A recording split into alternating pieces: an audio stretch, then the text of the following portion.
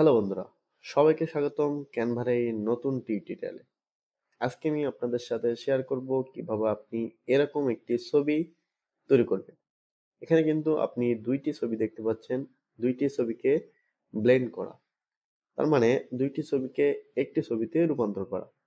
ক্যানভার একটি চমৎকার টুল ব্যবহার করে কিন্তু আমরা এরকম ডিজাইন বা এরকম ছবি কিন্তু আমরা সহজেই তৈরি করতে পারবো।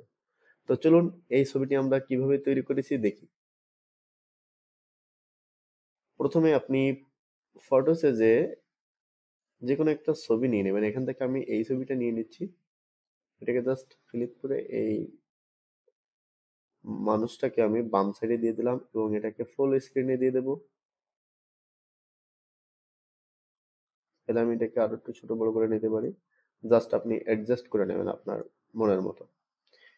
তারপরে আমি এখান থেকে আরো একটা ছবি নিয়ে নেব, শুধুমাত্র নেচার একটা ছবি, প্রকৃতির একটি ছবি নিয়ে নেব। আচ্ছা, এখান থেকে আমি এই ছবিটি নিয়ে নেব। ছবিটিকে পুরো ব্যাকগ্রাউন্ডে দিয়ে দেব। ওকে, তারপর এখান থেকে আমি এটাকে আরেকটু বড় করে দিই, তাহলে দেখতে আরো একটু ভালো লাগবে। তারপর আপনি এখান থেকে জাস্ট ছবিটার উপরে ক্লিক করুন, দেন এখান থেকে আপনি অ্যাপস অপশনে চলে যাবেন। এখানে আপনি সার্চ বারে যে লিখবেন ইমেজ ব্লেন্ডার। ইমেজ ব্লেন্ডার লেখার পরে আপনাকে এই ইমেজ ব্লেন্ডারের যে অ্যাপসটা এটা আপনাকে সামনে দেখাবে, আপনি জাস্ট ওটার উপরে ক্লিক করে দেবেন।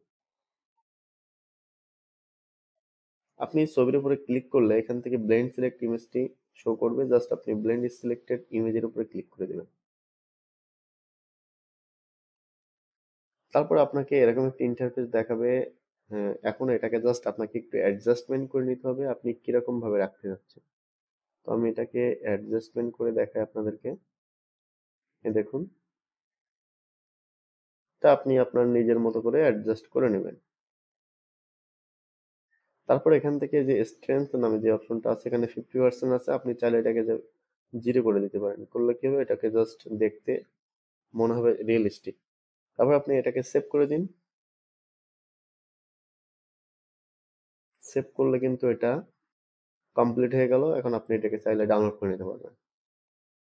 তো বন্ধুরা, ভিডিওটি কেমন লাগলো? যদি আপনার কাছে এই ভিডিওটি ভালো লাগে তাহলে অবশ্যই একটি লাইক এবং কমেন্ট করবেন এবং আমার চ্যানেলটাকে সাবস্ক্রাইব করে রাখবেন পরবর্তীতে এরকম ক্যানভার নতুন টিপস এন্ড ট্রিক্স ভিডিও পাওয়ার জন্য। তো ভালো থাকবেন, সুস্থ থাকবেন, দেখা হবে পরবর্তী কোনো ভিডিওর মাধ্যমে।